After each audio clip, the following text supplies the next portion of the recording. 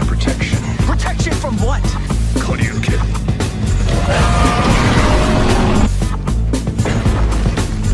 We're gonna be in the new world in no time. This is exhilarating. Get excited.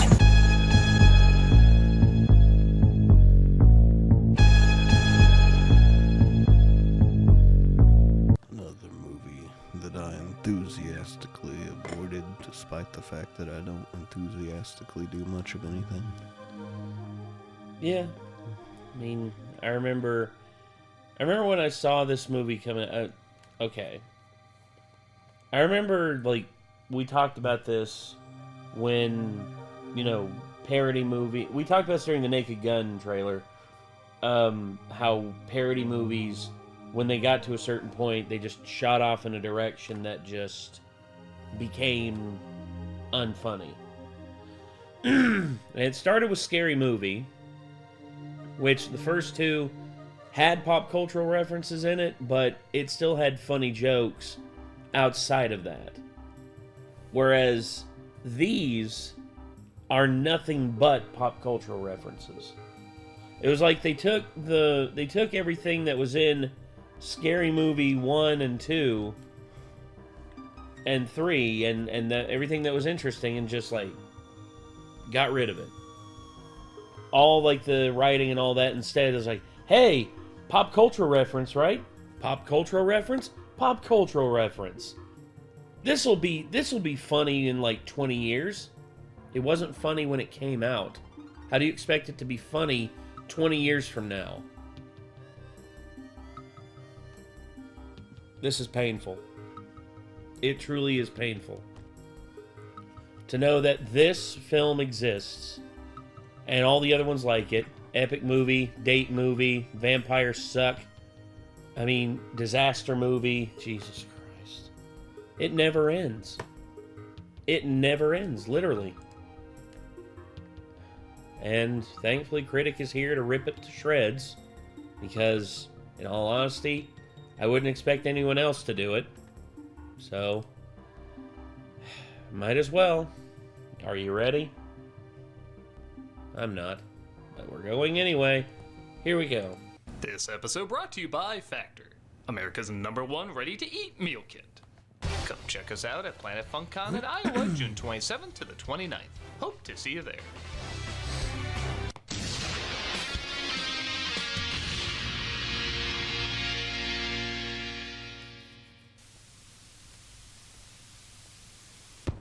I don't wanna.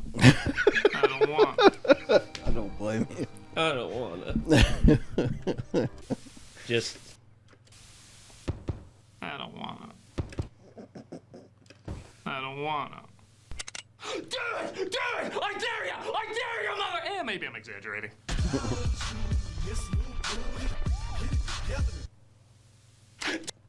Do it! Your Photoshop bullets will be your release! Ah!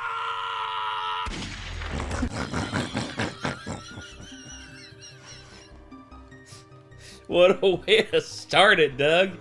Nice.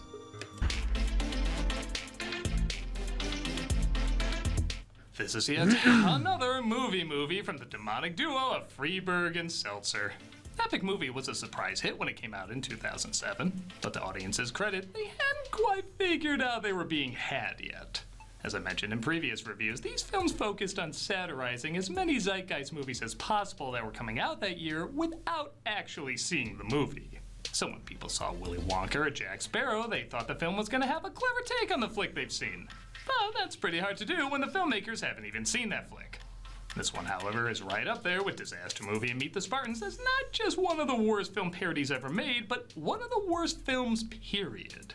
And because I started the strange tradition of watching cinematic castrations, I guess this one is next on the list. Will I see it as the worst one this team has put together? Or will it just be one of the new deadly sins like some of the others? Now, let's get this over with and find out. Because I'm not done saying Jesus, Tony Cox deserves better. Let's take a look at He does. Epic Movie. Tony Cox is actually in a funny. museum where the narrator says 4 orphans are about to go on an adventure. Meet our first orphan, Lucy. Yes, orphan is often the word to describe 28-year-olds. She trips over her father figure, who's a museum curator, played by a naked, dying David Carradine. Yeah, about that. You know how David Carradine died, right? Autoerotic asphyxiation. He was partying with a pair of hookers, and he was strangulating himself with a belt from the coat hanger, and he slipped off the bench and he hung himself. He was cranking it while he was choking himself, yes. I'm not afraid to talk about it. I mean, I'd rather not, though. I'd rather not too, but Doug's not gonna go into that, but I will. No, I'm not touching that with either of those. He's just like, yeah, that's a good idea. I'm gonna go out that way. Naked. And she sees an albino chasing after her. Habeas corpus, e pluribus unum. I hate when these movies make me Google something. Alright, he was a DJ, he was an actor. What does dropping have to do with anything? Oh, okay, he was with Britney Spears on the broke up. My 43-year-old ass was very happy not knowing any of that, but now it takes up space in my brain. Thanks, you piece of shit. Lucy, however, thinks Also, that's Jayma Mays, dude. Jayma Mays deserves way better than that. You know where she's from? Grundy, Virginia. Like, just about an hour away from here. She's actually really sweet. I've met her a couple times. this is all a code. Gee, I wonder what that's in reference to. Oh God, the code! I didn't read the book on tape. Well, there it is. The first movie made only for babies who were dropped. Let's go! Please, please! And stepped on. The code leads her to a vending machine where she gets a chocolate bar with a golden ticket.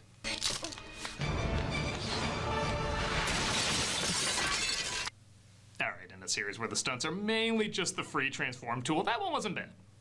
Cut to the next orphan in Mexico named Edward, played by Carl Penn.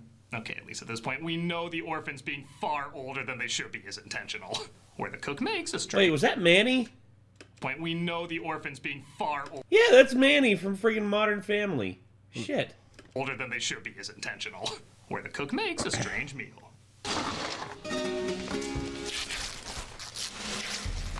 Nacho That's Libre. obviously the next thing that should happen.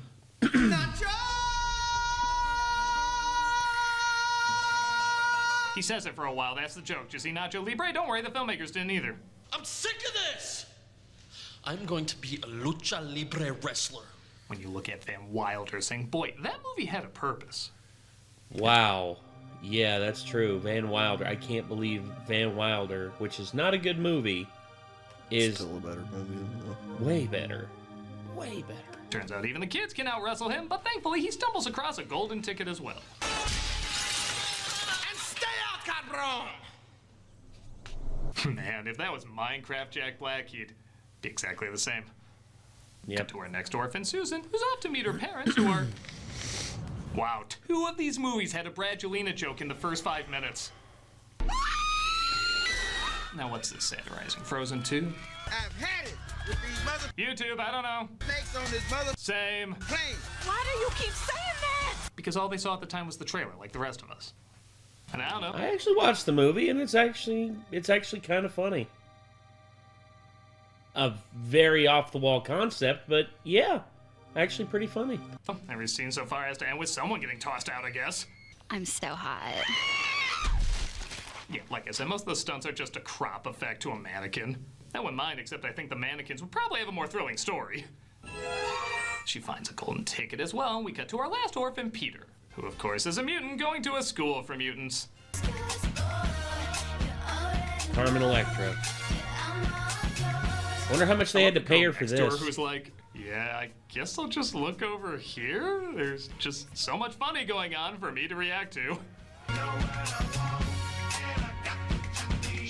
Maybe. Honestly, you can tell they rushed the paint job with her. Had to. Look at the blue in her hair. It's not even good, like, skin paint. It's literally, like, guarantee you, spray paint. They just put the little things over her eyes, spray painted her, and just said, fuck it. Good lord. Maybe the idea of these movies is to figure out which director got laid less. Asshole. It turns out his power is just chicken wings on his back, and he's approached by a Magneto so lazily designed with just a magnet on his head that I will admit I got a little bit of a chuckle. You all know Peter is too much of a pussy to stand up for himself. And to think some people do accept this as an unofficial X-Men Origins Magneto story. I mean, hell, it's still better than this. Ouch. He, of course, finds a golden ticket, too, and the orphans put on their most I recognize that clothes and head over to, where else, a chocolate factory. I love it's so obvious they didn't see the new Willy Wonka movie yet because they actually mock a scene from the original film as opposed to the remake. Well, okay, not mock as much as acknowledge, because there's literally no joke down here. I've been expecting you, so come on. Crispin Glover plays Willy Wonka, and I have to say, while the performance isn't good, I mean, what performance can be good in this? It does make me realize, even in an awful parody, I still prefer this performance over Depp's. It's real. Wow, really? There's gonna be a little itty bitty piece of you inside of the yummy yum candy, literally. Is that even satire? It's just the plot to most of the story. It is. Quite literally. I mean, Roald Dahl was kind of messed up for that. But in all honesty, it's a good thing. Because you need a little bit of messed up whenever you're a kid. The orphans try to escape, but Wonka locks them in.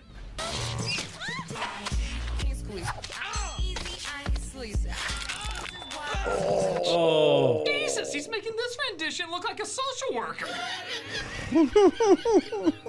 Where's Malcolm? Malcolm needs to come in and just be like, hey, you wrote me that way.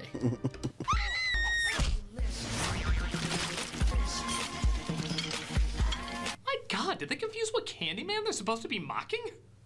Somehow they survive, hearts being ripped out and heads being decapitated. My God, this is my version of hell. I'm trapped in an epic movie and I can't die. And they look for a place to hide from the candy maker, of course leading to the magic wardrobe. And I say of course, presuming you've seen the trailer or know that Narnia came out around this time, as nothing points to this should logically happen next.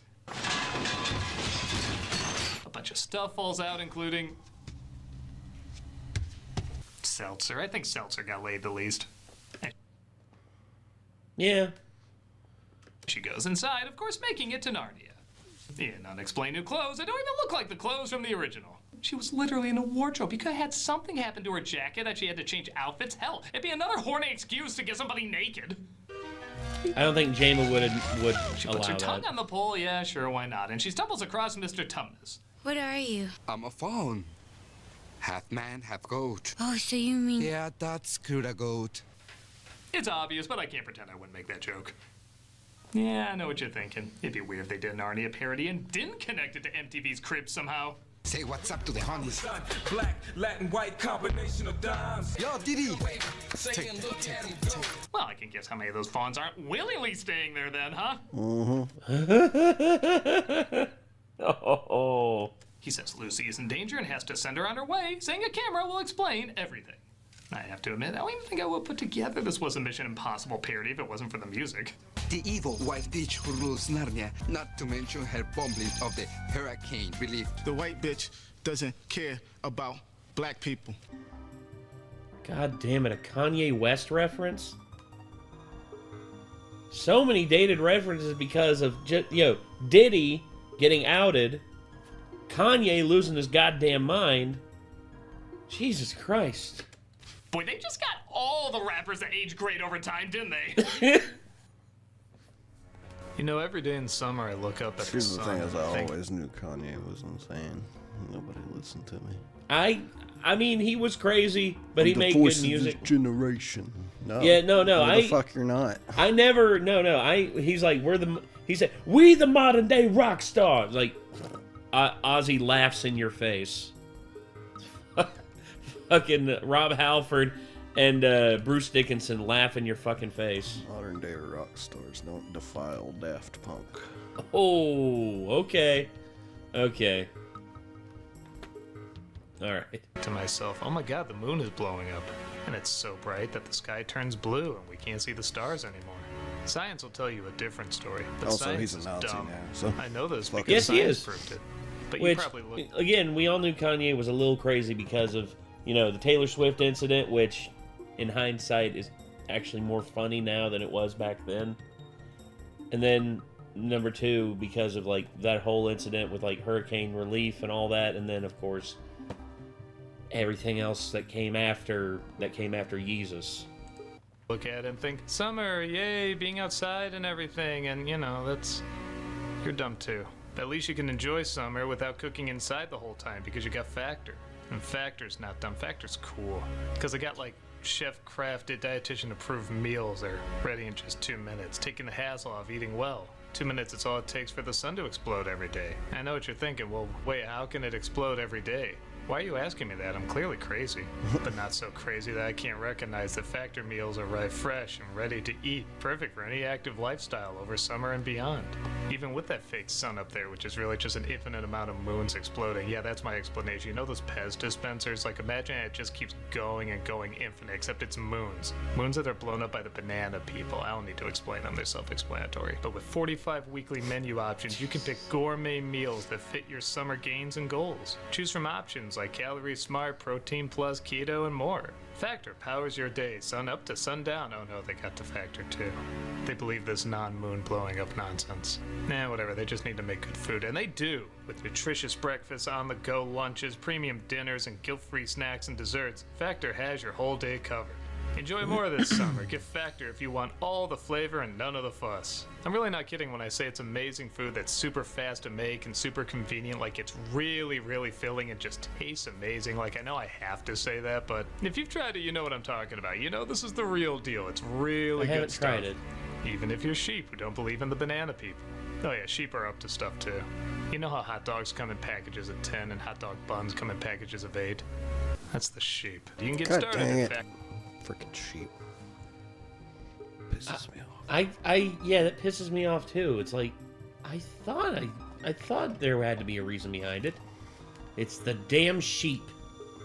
Factormeals.com/nostalgia50 off and use the code nostalgia50 off to get 50% off plus free shipping on your first box. That's code nostalgia50 off at factormeals.com/nostalgia50 off for 50% off plus free shipping. That's factormeals.com/nostalgia50 off. This is a guy on the internet saying, why are you listening to a guy on the internet? Don't you know we're all nuts? We're crazy. The banana people programmed us that way. But they also programmed us to like Factor, and you know what? That part's pretty good. I was brain foggy as hell when I recorded this. I'm probably gonna regret it later. Bye.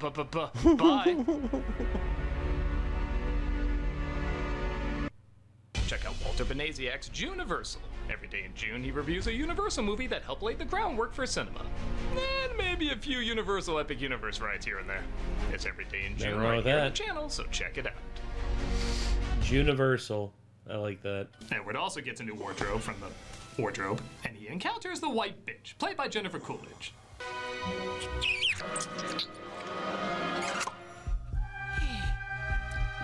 Sure. Tony Cox plays Bink, her assistant, as they try to manipulate Edward into bringing them his siblings. And I will say, well, everyone kind of acts like they know they're in shit. Coolidge is playing it like she's in something legit funny, randomly going into a British accent whenever she wants, and you know what? God bless her for trying in this. I must meet the others. Behold, my white castle. The next two jokes are exactly what you think they are. Yep. White Castle? I feel like I've been there before. That's actually kind of funny, I'm not gonna lie. Yeah, it's just, that's a layup. That's a layup to be fucking funny, to connect it to an actually hilarious fucking movie. Yeah. Ugh, God. But I mean, if they hadn't have been deciding to parody Lion the Witch in the Wardrobe, that wouldn't have been there to get, so, I mean. That's true. That's true. Like you're wishing you were back there now. The other orphans show up, but they find Mr. Tumnus has been taken by the White Bitch. However, they encounter a hairy beaver. You'll never guess what his name is. My name is Harry Beaver. They're told they all need to see the great King Aslo so they can all become heroes. Heroes? That's something Superman Returns is. Superman Returns is in this movie now. Oh my... Well, that of course works because of all the character traits we know about Peter. For example, he imagines himself being Superman. That's all the character traits I know about Peter. They find out they're related and all had the same parents. Okay, that's a little funny. But the White Bitch killed him off. Edward discovers this too when he approaches her and she tells him the news. I won't ask again. Where is the rest of your family? Yeah, they went to Mr. Tumnus's house. You just got punked! We just... Yeah. You want to know, like, I actually remember this part of the movie. I watched, like, a clip of it whenever I went over to my cousin's house. There's a reason why his IQ is under 100. I would like to blame this movie. But anyway, like I was saying, there's a part here, she can't get him to tell her what she wants, so... Is the rest of your family? She's flashing him. She's literally flashing him. She's got her dress open and is flashing him. As you can see, he's staring at her knockers. They went to Mr. Tumnus's house. You just got punked! We just punked Edward! Schwam! Schwam! You want to talk about another person whose reputation hasn't aged well? Jesus. How long does this go? Not long, but still too long. Thank you. Albino to find him. Walmart's sushi age better than this. But at least our heroes are reunited with Mr. Tumnus. Before you meet Oslo, you must train. I'll meet you at Aslo's. May the force be with you. Bye, Felicia. See, I can say random lines too. Mr. Tumnus comes back just so he can get taken out again. And Just gets busted a cap into. just. I can say random lines too. Yeah, just. Mr. Tumnus comes back just so he can get taken out again. I forgot my soundboard's not on. Orphans make it to an ancient magical school at Hogwarts. They make it to Hogwarts. Aren't you a little old to still be a student here? Nonsense. I am but 14. They do a cute joke about how fast the Harry Potter actors were aging. Though we kinda did a similar joke already with how obviously old the orphans are. But all I'm thinking is how much I don't want to hear Pleakley as a perv. I'm completely invisible. Where am I?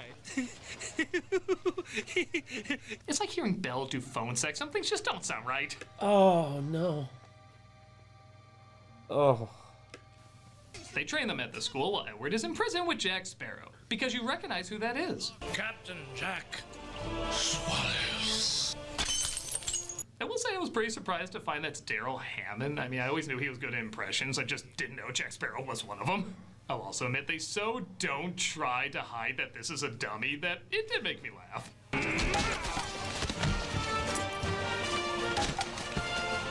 Clearly a satire of the first Spider-Man. I do also like it almost calls out how random the references are by just having a sign that points to Gotham City. Like, it's nowhere in this, but nothing has anything to do with anything. It might as well be. What's it like being a pirate? Let me break it down for you. Please don't. We are the pirates of the Caribbean. Yeah.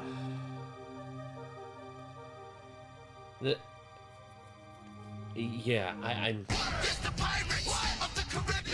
So you got an SNL guy to do a parody of an SNL sketch that was a parody of rap songs, that was a parody of Narnia, which is already being parodied.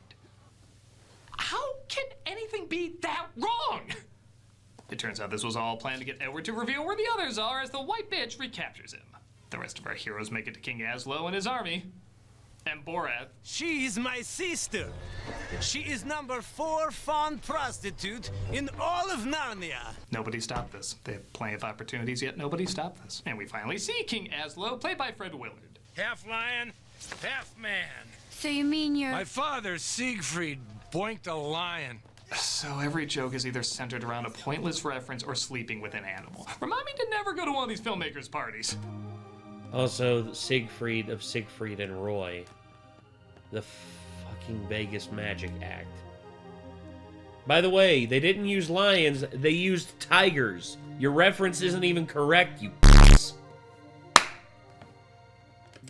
Fine, I'll help you get Edward back. But there's something you've got to do for me. He sleeps with them all again. I don't know if we're supposed to see these as kids or adults, and honestly, the film's probably getting off to it either way. And he agrees to help them save Edward.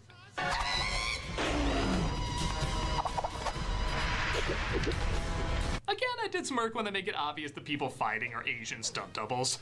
But even that goes on too long. Like, we get the joke really quick, but they do it like 8 more times. It's cool, though. We get this great punchline. Amene Patrice et Filii. You really want to make sure Christopher Guest actors get no more work, don't you? They save Edward. We're a family now. We're a family now. Oh, I forgot to mention, one sister always repeats what the other says. Yes, our brother Edward. Yes, our brother Edward. Who's Aslo? Who's Aslo? I didn't mention it before because, well, can you find a reason to? And they escape while the white bitch kills Aslo. Our heroes agree to fight without him, though. Even the X-Men, or whatever they're supposed to be here, add nothing. Tomorrow we fight. So tonight, we party. Yeah! Don't speak, even whisper. Do they think there's people out there saying rock music in Narnia? They're pushing the envelope.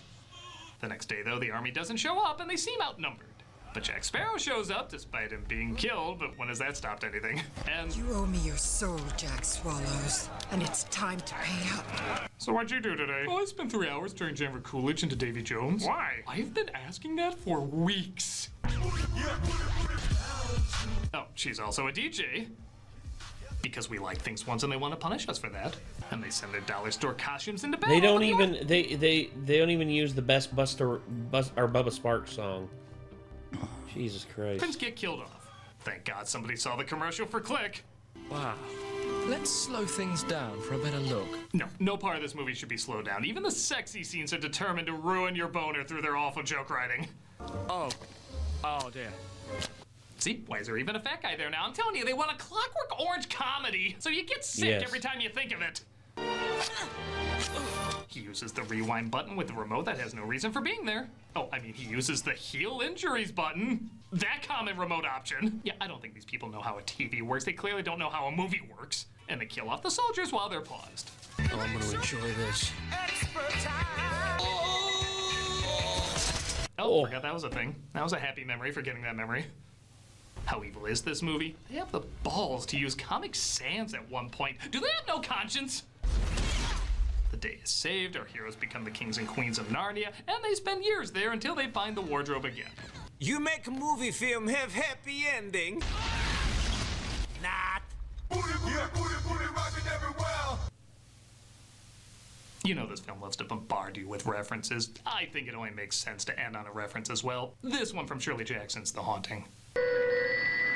It ought to be burned down and the ground sowed with salt. Yes. Yeah, that feels right. And that was Epic Movie. It sure was an epic piece of shit.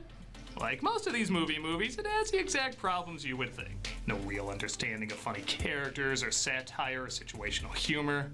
Just a bunch of references with no rhyme or reason. Is it the worst of these? Pretty damn close. I'd say Disaster Movie is still in the lead because I can at least point to some moments that made me snicker a bit, where I can't remember a single laugh from Disaster Movie.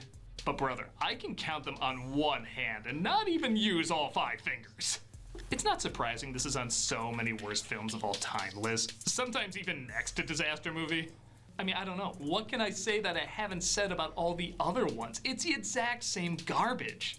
The only difference is maybe a slightly less inoffensive smell.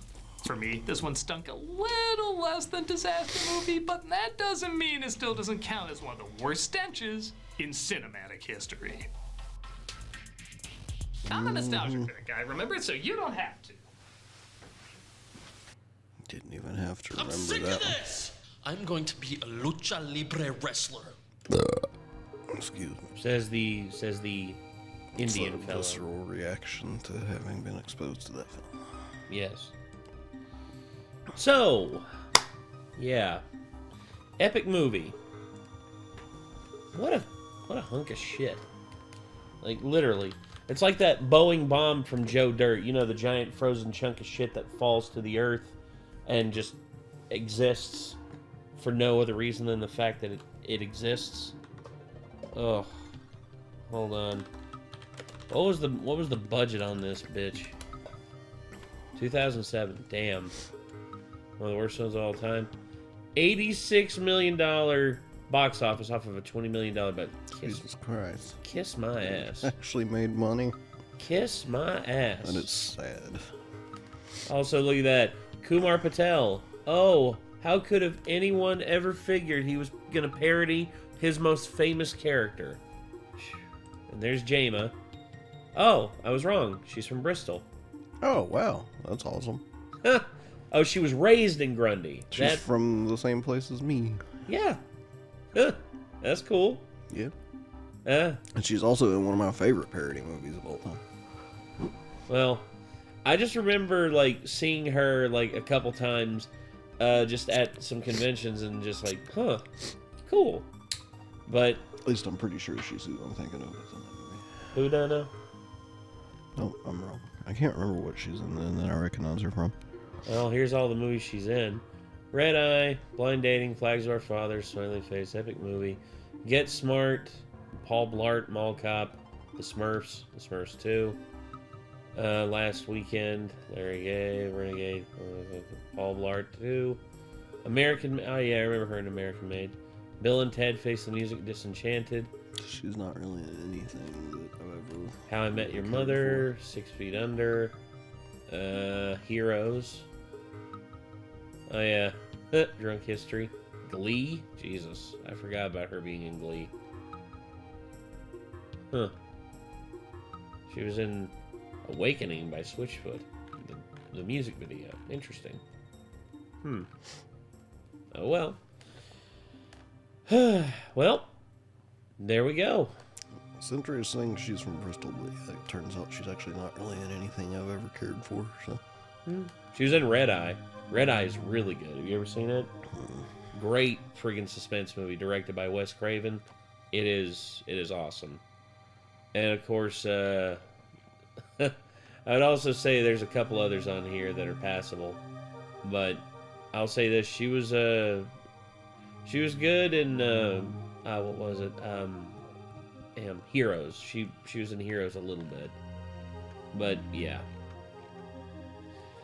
Either way, yeah. So Jayma Mays deserves way better than that. And honestly, I'm sad that not only that, but oh wait, are you serious? Look who her husband is. Look who her husband is. It's literally the guy that played Peter, the oldest brother in the movie. They met during this film and they got married. I swear to God, that's ridiculous. And then Cal Penn, yeah. Ah, the Gujarati. Okay, so that's interesting.